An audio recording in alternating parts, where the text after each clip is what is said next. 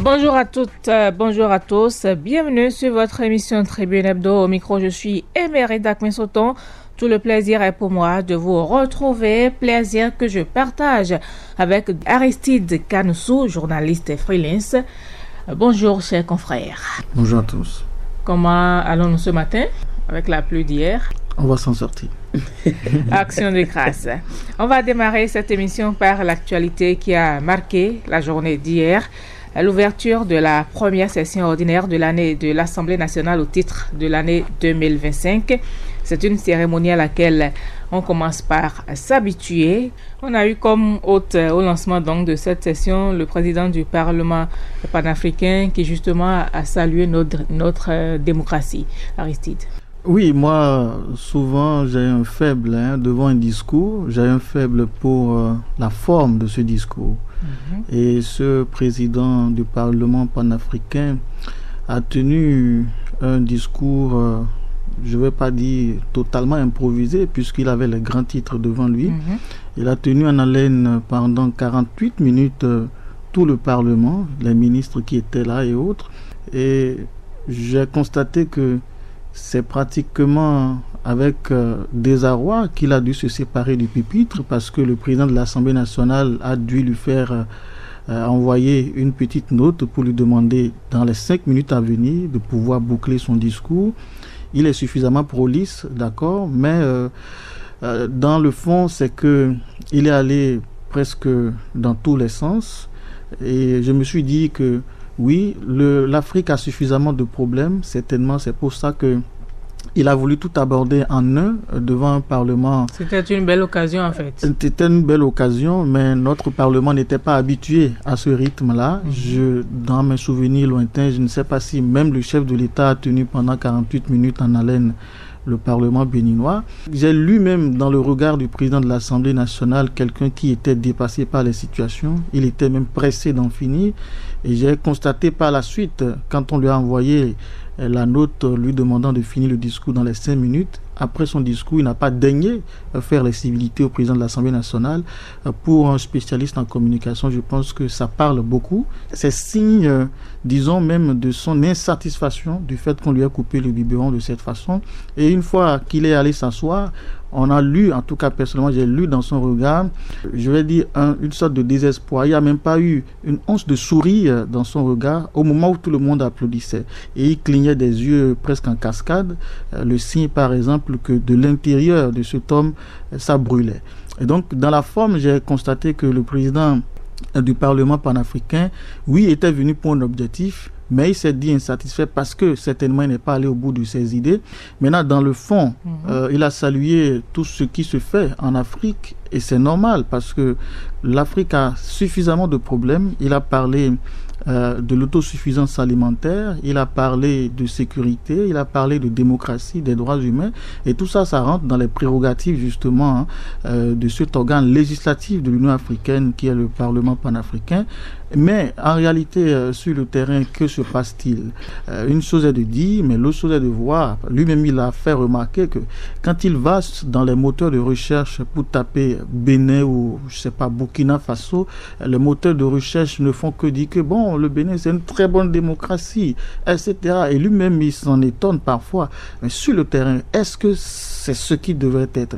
Il allait même jusqu'à dire que nous, les députés, nous ne faisons pas notre travail. Et c'est vrai, ils ne font pas leur travail. Dans la plupart des parlements que nous avons en Afrique, le travail ne se fait pas et les populations qui devraient être au centre des intérêts des uns et des autres, ces populations se retrouvent reléguées au dernier rang. Une fois qu'on a fini de faire les promesses de campagne, une fois qu'on a définitivement gagné les sièges, une fois qu'on a pris la magistrature suprême, eh bien, ces populations continuent par souffrir le martyre jusqu'au point où on en arrive à des prises de pouvoir par la force. Il est allé à ce niveau aussi où il a parlé par exemple de 6 pays qui ont été éjectés de ce Parlement panafricain, dont les 3 pays, disons les 4 ou 5 qui ont été frappés par ce coup d'État militaire. Pourquoi ? Le diagnostic, il faut qu'on le pose parce que simplement nous passons souvent à côté du besoin des populations. Il allait même jusqu'à donner l'exemple du Parlement burkinabé qui a été mise à feu. Pour moi, tenir un discours du genre devant l'Assemblée nationale, les ministres, devant les présidents d'institutions, en direct sur nos antennes, je pense que ça parle beaucoup. Et pour moi, je ne sais pas si ils ont eu le temps de discuter en aparté ou de s'organiser sur les grandes lignes sur lesquelles ils devraient intervenir. Je pense que c'est pourquoi j'ai dit c'est aller dans tous les sens. Parce que le fait, rien que de donner l'exemple d'un Parlement qui a été mis à feu, quelque part, ça peut faire un clic dans la tête des Béninois qui aussi souffrent peut-être les martyrs. Voilà. Le président panafricain n'a pas raté l'opposition, on va le dire comme ça. L'opposition ne doit pas faire que critiquer tout, mais il nous faut une opposition constructive. Une opposition constructive, est-ce qu'on peut y arriver, Aristide? Une opposition constructive, non. Peut-être des partis politiques qui réfléchissent autrement. Déjà, la dénomination opposition ne peut pas favoriser l'essor des acteurs politiques qui aient des élans constructifs, parce que tout ce que vous ferez, tant que ça ne rentre pas en ligne de compte de leur... même si ça rentre en ligne de compte de leur intérêt, ils vous diront que ce n'est pas le rôle de l'opposition de reconnaître les efforts que vous faites. Ils vous diront que ce n'est pas le rôle de la résistance, par exemple, de reconnaître l'effort que vous faites. Que le porte-parole du gouvernement est là pour ça, les membres du gouvernement sont là pour ça, les ministres conseillers sont là pour ça. Donc, déjà, la dénomination opposition les renferme dans une position, dans une bulle où ils s'opposent à tout et pratiquement tout. Mais dans le même temps, parfois il faut reconnaître que quelque part il y a un minimum de réalité qui se dégage de leurs différentes revendications, et c'est pour cela que parfois moi je me contente de dire oui, c'est vrai. Quand on prend l'exemple des présidents de commission, quand on prend l'exemple de la composition des commissions, par exemple à l'Assemblée nationale, puisque nous sommes à l'Assemblée nationale, donc je prends cet exemple typique là, quand on prend la composition des commissions à l'Assemblée nationale, vous allez voir que les postes qui ont été en tout cas accordés aux partis politiques de l'opposition, ce sont les postes que ces partis traitent à raison des restes postes secondaires, des rôles secondaires qu'on leur a attribués justement dans ces organes législatifs. Donc j'estime que oui, quelque part là, ils ont raison, mais est-ce que c'est une raison pour aller jusqu'à voter contre le rapport d'activité du président de l'Assemblée nationale? Je me dis, ça c'est aller à contre-courant dans un milieu où vous-même, c'est-à-dire que vous finissez de manger et puis vous mettez les pieds dans les plats. Donc je pense qu'il y a un certain nombre de dispositions, de dispositifs qui, oui, il peut les mettre en courroux, mais en même temps, il faudrait qu'ils prennent du recul pour savoir identifier ce qui est utile pour leur mandat, parce que, quelque part, tout ce qui se vote à l'Assemblée nationale, ce n'est pas pour les intérêts de ceux qui sont au pouvoir seuls. Quand ils vont dans leur circonscription électorale, forcément, ces décisions ont un impact sur le vécu de leur mandat, etc. Et donc, il faudra qu'ils reconnaissent cet effort-là pour le gouvernement et ne pas s'opposer à tout. C'est un problème que nous avons, et généralement, ce problème est né, vous le savez que nous étions à plus de 218 partis politiques avant la réforme du système partisan, est né de ces marchandages politiques où chacun y va de son intérêt. Récemment même, dans le code électoral, il a été mentionné très clairement que l'idéologie des partis politiques était aléatoire, était facultative. Comment on peut mettre des choses du genre dans un code électoral? Donc, quand les gens se retrouvent face à ce genre de situation, ils ne peuvent que privilégier leur intérêt personnel au détriment de l'intérêt commun, l'intérêt général. Alors, nous avons l'ancien président Nicéphore Dieudonné Soglo qui fait le tour de quelques chantiers depuis peu. On l'a vu à Glodjigbe, à la GDZ, on l'a vu au Chic, on l'a vu récemment à Porto Novo ou à Semenkoudji, au siège de l'Assemblée nationale, les chantiers justement du siège de l'Assemblée nationale et du dédoublement de la route Semenkoudji-Porto Novo. Est-ce que l'ancien président ne souffre pas à la fois du chaud et du froid, parce qu'un coup il tape dans la marmite, un coup il est sur les chantiers, il apprécie? Aristide.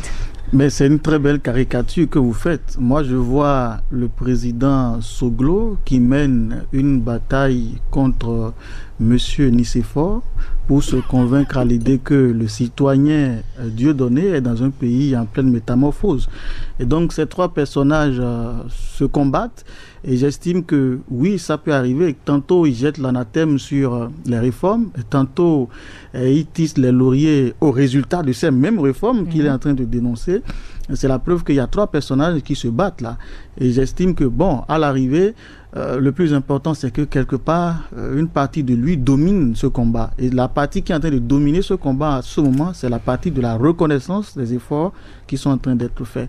Et donc, c'est à son actif, puisqu'il a été aussi au gouvernail de ce pays. Il sait comment c'est difficile de diriger. Il sait comment on lui a tiré le tapis aux pieds lors de son mandat, disons, unique, qui aurait pu être 2 mandats, puisque les gens l'ont reconnu unanimement. À part Patrice Talon, c'est le deuxième chef de l'État que nous avons au Bénin qui a suffisamment transformé le pays, Nicéphore Dieudonné Soglo. Mais pourquoi on ne lui a pas donné la chance d'aller de l'avant? Parce qu'il y avait des guerres politiciennes qui, justement, ne s'intéressent pas au développement. Et ce sont ces guerres politiciennes-là qui l'ont amené certainement à se retrouver, à se combattre lui-même et à combattre les résultats, etc. Mais aujourd'hui, on doit se réjouir du fait que, c'est vrai, il fait l'ange et l'archange, mais par moment, il se retrouve au milieu des saints et il trouve que, il faut reconnaître ce qui est fait. C'est le plus important et c'est très important. Ça permet un peu à tout ce monde qui se trouve derrière lui, parce que quoi qu'on le dise, il a son influence. Tout ce monde qui se retrouve derrière lui et qui se trouvait manipulé par des mensonges, peindre en noir tout ce qui se fait de positif dans le pays, tous ceux-là seront obligés maintenant de reconnaître officiellement que oui, notre leader l'a reconnu, nous aussi nous sommes obligés de le reconnaître, et c'est à l'actif de l'élan de développement que notre pays a pris depuis 2016.